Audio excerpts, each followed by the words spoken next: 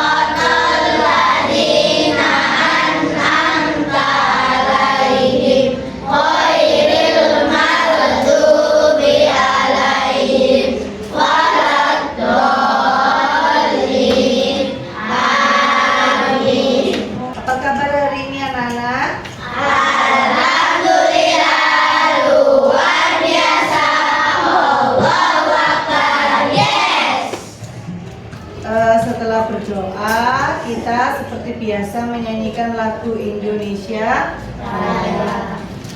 Berdiri semua anak-anak.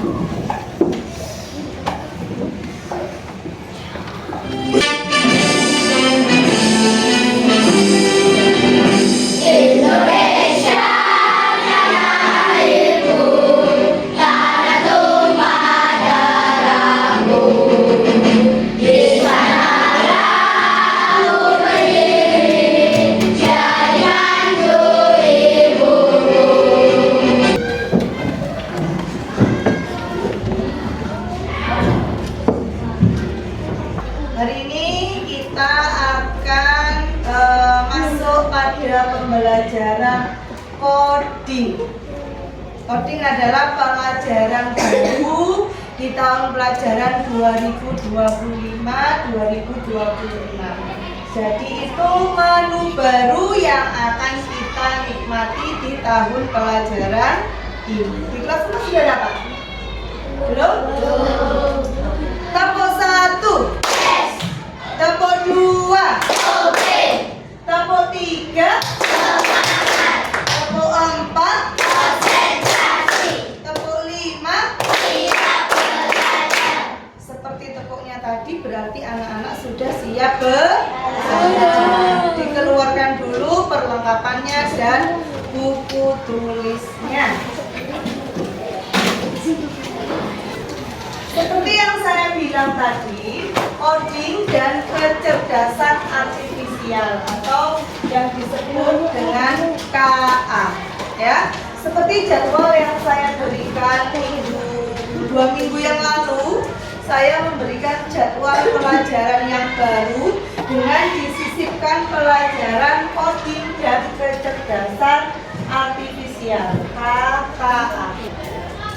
Jadi kenapa sih kita harus mempelajari tentang coding kecerdasan artifisial? Jadi tujuannya adalah menerapkan langkah-langkah berpikir secara komputasional pada situasi yang nyata.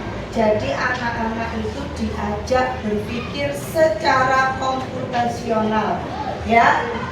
Jadi berpikir secara komputasional pada situasi yang nyata. Oke. Nah, seperti ini. Who is he? Kalian sudah diajarkan bahasa Inggris kan? Siapakah dia? Dia laki-laki, dia siapa? Kira-kira gambarnya itu? Gojek. Gojek itu pekerjaannya adalah membantu orang lain untuk apa? Mengantar dari satu tempat ke tempat yang lain. Ya. Nah, beliaunya si Pak Gojek ini mengantarkan seseorang dari satu tempat ke tempat lain itu berdasarkan apa? Ini. Berdasarkan map, ya. Ada yang di sini pernah pesan Gojek? Nah, ya. Ketika kalian menombol, kemudian memberikan alamat tujuannya, si Bapak Gojek ini datang ke rumahnya Iin untuk menjemput Iin. Nah, kemudian apa yang dikatakan Bapak Gojek? Dengan Kak Iin tujuannya ke sini sesuai aplikasi ya. Si Gojek ini jalannya tidak mungkin mampir ke sana kemari. Dia sesuai orderannya si Iin. Ya, Iin mau diantar ke UPT 55 ya, diantar ke UPT 55 berdasarkan dia melihat map tersebut. Apa hubungannya map pada order Gojeknya Iil dan si Bapak Gojek tadi dengan berpikir komputasional? Jadi apa sih berpikir komputasional? Sebelum kita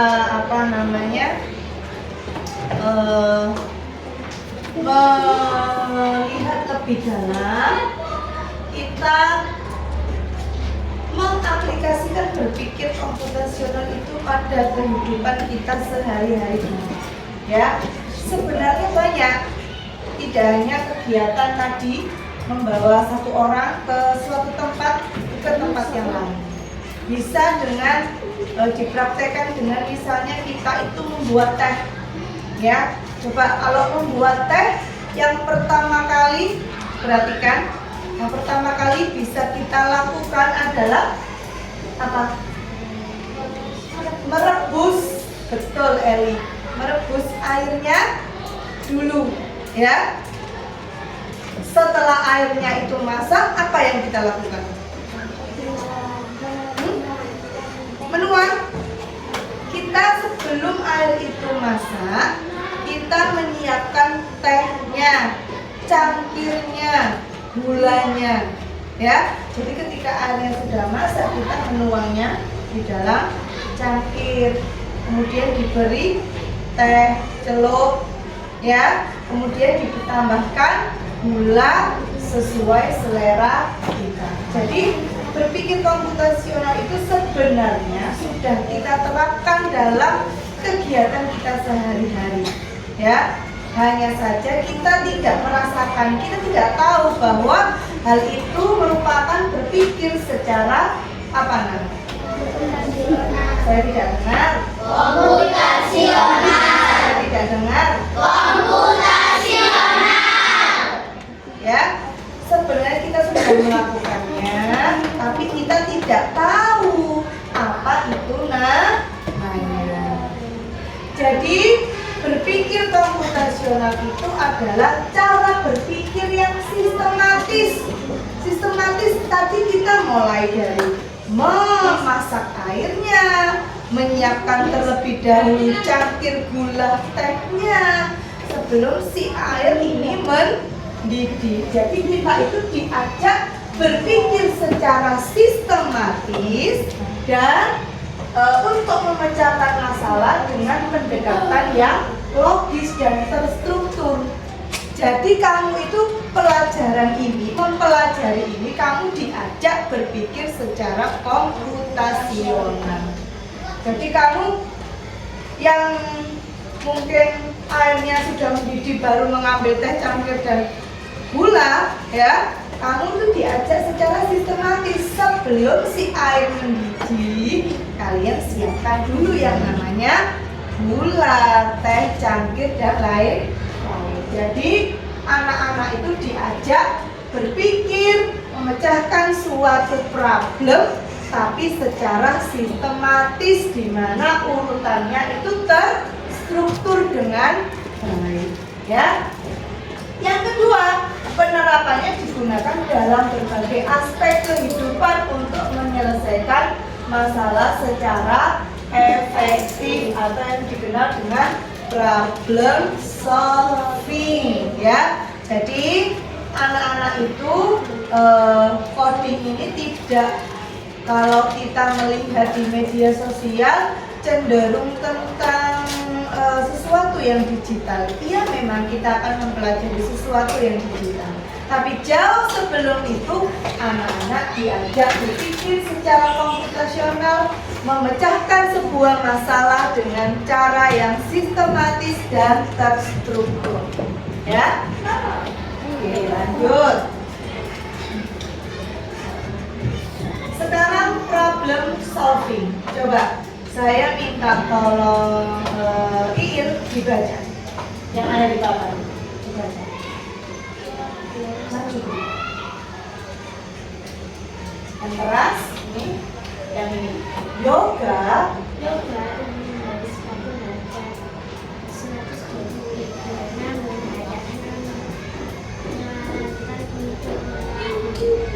ada 6 mengisikan uang sakunya setiap hari dan mencatat hasil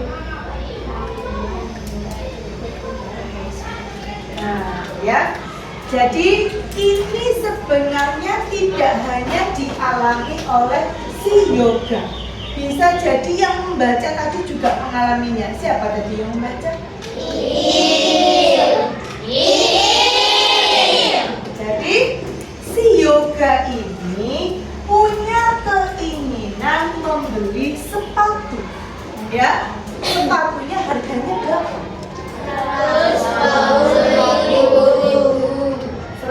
120.000 rupiah apa 120.000? 120.000 rupiah. 120 rupiah. Ayo, kita matematikanya sedang belajar bab bilangan caca sampai 100.000 loh. Ya, berarti itu dibaca apa? Ini ada hubungannya dengan matematika bab 1. Apa? Dibaca bagaimana? Yoga. Sama-sama. Yoga ingin membeli sepatu seharga 120.000 rupiah. Namun ayahnya, saya lanjutkan ya. Namun ayahnya menyarankan untuk menabung. Nah, ya, ini ayahnya ini perilakunya positif, betul. Jadi dalam menginginkan sesuatu itu tidak langsung instan. Kita harus tahu dulu seperti apa lika-likunya, seperti apa prosesnya, ya. Jadi ayah menyarankan supaya Yoga ngapain? Menabung, ya, supaya Yoga itu menabung. Kemudian apa yang Yoga lakukan? Apa yang dia lakukan? Menyisihkan uang saku, ya. Jadi dia harus tahu rasanya menahan hawa nafsu untuk membeli jajan yang berlebihan, karena dia punya keinginan beli apa? Ya. Lalu Yoga menyisihkan uangnya setiap hari.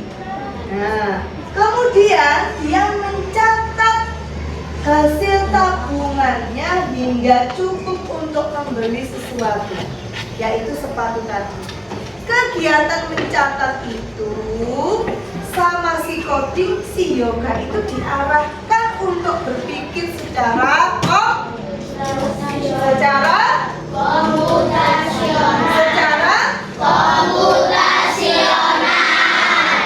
Jadi mencatat itu dia melakukan secara sistematis. Hari Senin sisa uangnya misalnya 2.000, hari Selasa sisa masa uangnya 7.000 ya. Seperti itu dicatat. Kemudian nanti kalau sudah terkumpul dia memberikan benda yang diinginkan yaitu 100. Nah, bagaimana Yoga bisa menyelesaikan masalahnya dengan cara sistematis dan logis? Di sini saya beri keterangan bahwa berpikir komputasional itu ada 4 langkah. Yang pertama secara apa ini? Dekomposisi. Apa? Dekomposisi. Yang kedua, Pengenalan pola. yang ketiga, Abstraksi. yang keempat, Perancangan algoritma. kalau dekomposisi, masalah utamanya ini kan Yoga ingin membeli sepatu.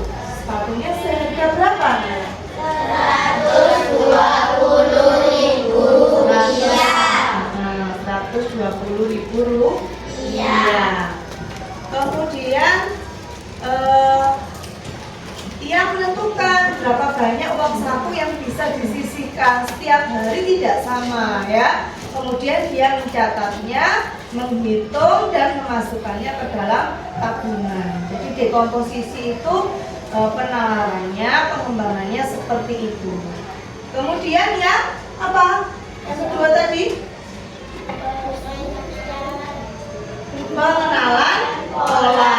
Jadi dia mencari kesamaan pola dari permasalahan. Setiap hari Yoga itu menyisihkan uangnya tidak sama. Misalnya menyisihkan 5.000 seperti yang saya jelaskan tadi. Kemudian polanya setiap hari jumlahnya tabungannya itu bertambah 5.000 entah berapa, setiap harinya berbeda, sehingga tabungannya mengikuti pola pertambahan secara aritmatika. Jadi setiap hari 5.000, misalnya hari Senin 5.000, Selasa 2.000, Rabu 7.000, begitu seterusnya. Secara abstraksi, informasi pentingnya adalah sekarang harga sepatunya itu adalah 120.000, uang sakunya yang bisa ditabung katakanlah 5.000. Nah, sekarang merek sepatunya, warna sepatunya atau tempat membelinya itu tidak mempengaruhi proses menabung. Yang penting menabung dulu. Entah nanti mau beli di mana, mereknya apa, terserah nanti ya. Kemudian perancangan algoritma. Setelah uangnya terkumpul, dia menentukan jumlah uang yang diperlukan, yang harus dikumpulkan, misalnya 120.000 ya tadi ya, sehingga jumlahnya 5.000 itu butuh 24 hari kalau dia menabung sebanyak 5.000 setiap hari. Kalau dia mampu menyisihkan uang 5.000 setiap harinya. Jadi catatan jumlah tabungannya sudah terkumpul, akhirnya dia bisa membeli barang tersebut. Kita perhatikan ini dulu ya. Kita tidak bermain dulu, kita menyimak ini dulu.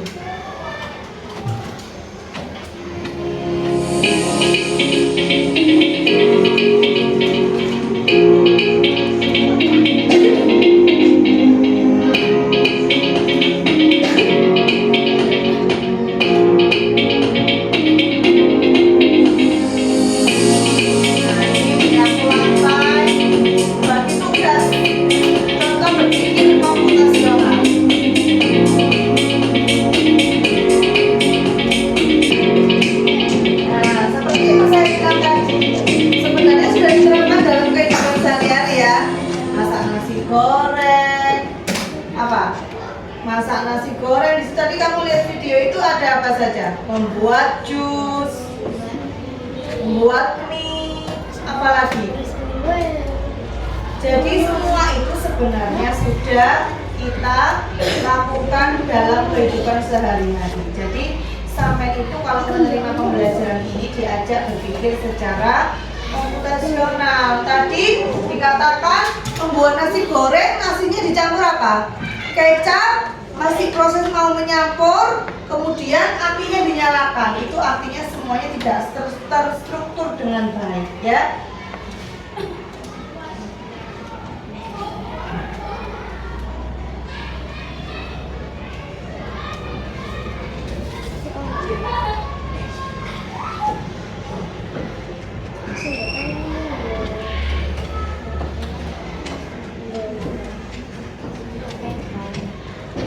Nah, ini ada sebuah studi, ya, di mana seorang anak dia harus menuju suatu tempat dari tempat tinggalnya. Dia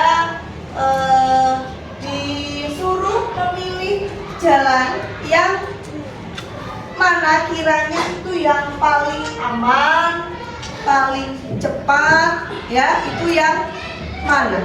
Jadi nanti saya akan memberikan lembar kerja, yaitu tentang labirin, ya. Pernah kita lakukan kalau kita ke tempat wisata, ya. Kemudian kita ada sebuah taman, kelihatannya mudah, tapi ini mengajak kita berpikir secara komputasional, ya. Jadi diajak menyelesaikan sebuah kasus, ya. Nah, jadi pembelajaran coding itu bisa dikatakan seperti games, yang mana games ini mengedukasi, ya. Karena sebenarnya ini harus boleh diberikan secara plug, yaitu secara komputerisasi, karena kita tidak ada lab sedang pembangunan, sehingga saya menerapkan pembelajarannya secara unplugged, yaitu tidak secara digitalisasi. Saya cetak labirinnya, ya. Kemudian saya akan berikan ke anak-anak bagaimana induk ayam ini bisa menemukan si anak ayamnya. Jadi si induk ayam ini kebingungan untuk mencari anak ayam. Ini induknya, ini ayamnya. Ya, coba nanti kalian bantu bagaimana induk ayam ini bisa bertemu dengan si anak ayamnya. Kalau seorang ibu kehilangan anaknya, ibunya bingung atau tidak? Bingung. Kalau anak, ya kamu kan anak-anak. Kalau kamu kehilangan ibumu, kamu bingung apa enggak? Bingung. Sedih apa tidak? Sedih. Ingin mencari apa tidak? Ingin. Sekarang kamu kan tidak kehilangan ibumu, ya kan? Kehilangan apa tidak? Tidak. Ya. Jadi tolong bantu si ayam ini untuk menemukan anaknya. Ya. Mau membantu induk ayam? Mau. Boleh dilakukan dengan pensil.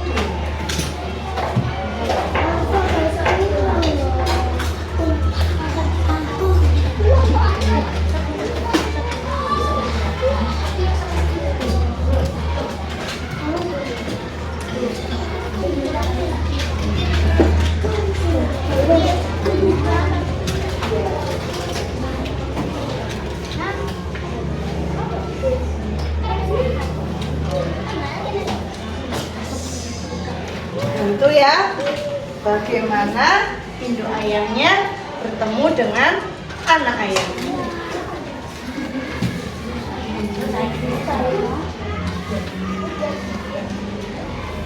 Pakai pensil terlebih dahulu. Salah. Siapa yang belum dapat? Sudah? Oke? Sudah? Diberi nama, diberi kelas, diberi nomor. Selesai.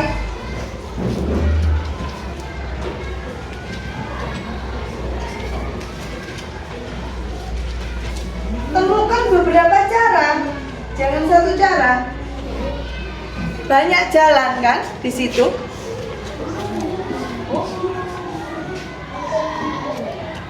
Banyak jalan kan? Jangan hanya satu, ya.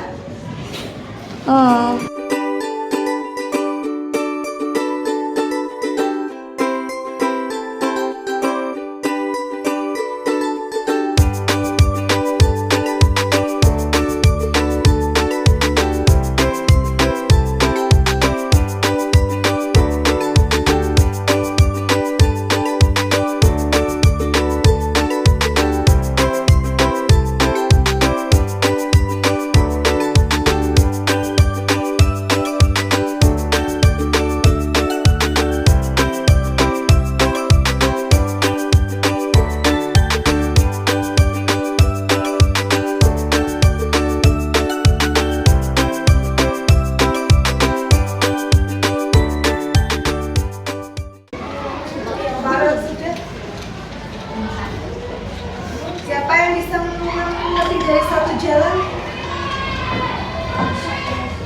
Siapa yang bisa menemukan lebih dari satu jalan? Coba Farel sini.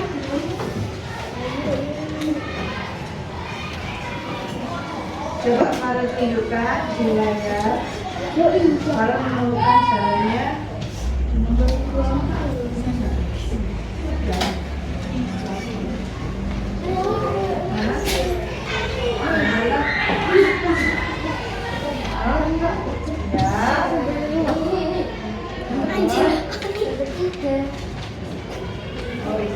Oke. Siapa lagi? Ya, silakan. Tapi maju depan ya. Ya, maju. Sama. Ah. Gantian.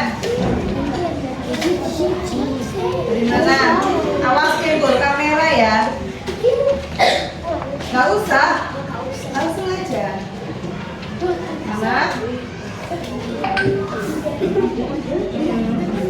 Sebelah sini, sebelah sini. Teng. Nah, yang mana? Ya.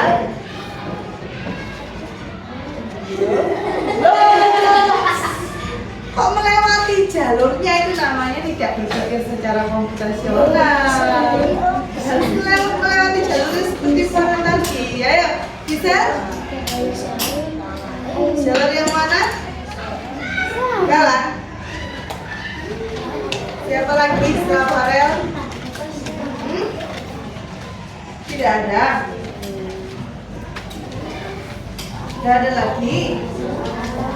Buntu semua. Oke, tidak apa-apa. Oke. Sekarang semuanya lihat ke depan.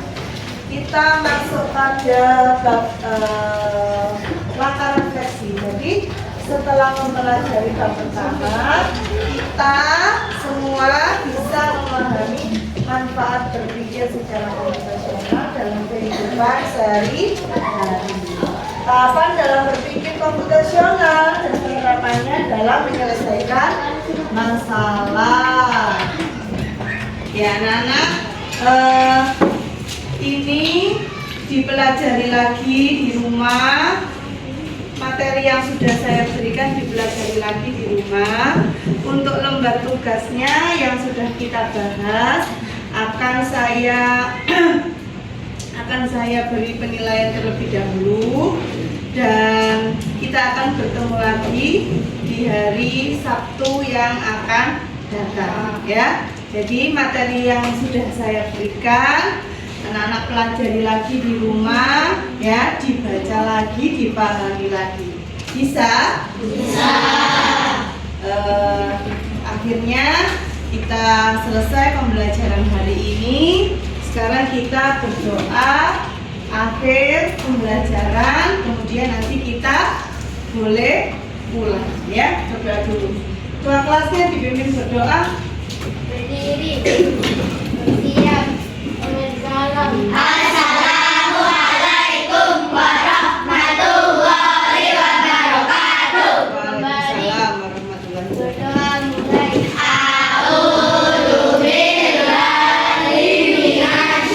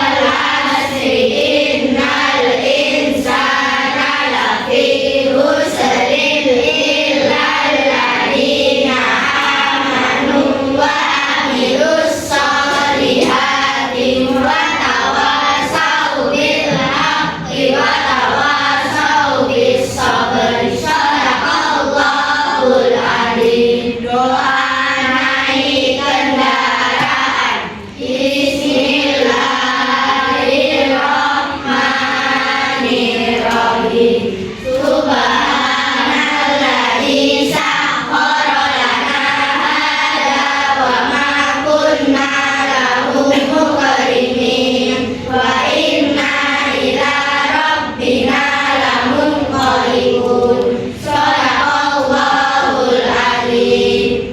Ya, baik anak-anak, bukunya dimasukkan.